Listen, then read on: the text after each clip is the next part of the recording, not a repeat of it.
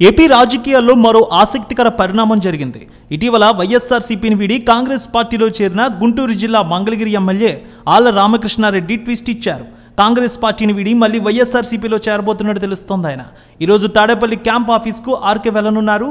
Rajya Sabha MP Ayodhya రామిరెడ్డితో కలిసి CM జగన్ను ఆళ్ల రామకృష్ణారెడ్డి కలవనున్నారు. మంగళగిరి నియోజకవర్గంలో వైఎస్ఆర్సీపీ గెలుపు బాధ్యతల్ని ఆర్కేకి జగన్ అప్పగించబోతున్నట్టు తెలుస్తోంది. మంగళగిరి ఎమ్మెల్యే ఆర్కే వైఎస్ఆర్సీపీకి రాజీనామా చేశారు. ఇటీవల ఏపీ పీసీసీ చీఫ్గా బాధ్యతలు చేపట్టిన వైఎస్ షర్మిల సమక్షంలో ఆర్కే కాంగ్రెస్ పార్టీలో చేరారు. ఆయన షర్మిలకు ప్రధాన అనుచరుడిగా ఉన్నారు.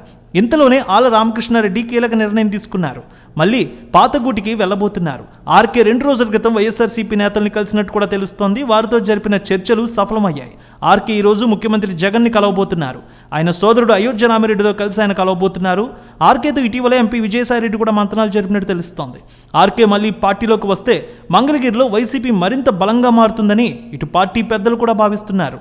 ఆళ్ల రామకృష్ణారెడ్డి పొలిటికల్ బ్యాక్గ్రౌండ్ చూస్తే 2 సార్లు మంగళగిరి నియోజకవర్గం నుంచి విజయం సాధించారు. ఆయన 2014-2019 ఎన్నికల్లో వైసీపీ నుంచి గెలిచారు. ఆయన 2019 ఎన్నికల్లో నారా లోకేష్పై విజయం సాధించారు. మంత్రివర్గంలో జగన్కు ఆయన చోటు కల్పించలేదు. చాలా రోజులు ఆర్కే అసంతృప్తితోనే ఉన్నారు.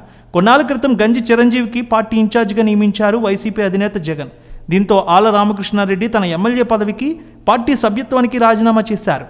ఆయన కాంగ్రెస్ పార్టీలో చేరిన తర్వాత కాంగ్రెస్ పార్టీ కూడా పెద్దగా పుంజుకుంటుందని భావించారు.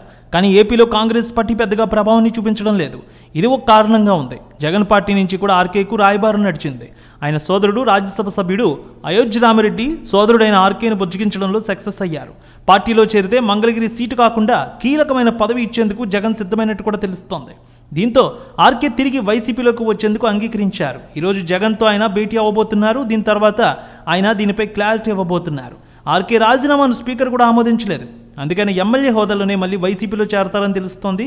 ఆర్కే కనుక వైసీపీలోకి వస్తే నారా లోకేష్ని ఈసారి కూడా సులువుగా ఓడించొచ్చని వైసీపీ ఆలోచనగా కూడా కనిపిస్తోంది.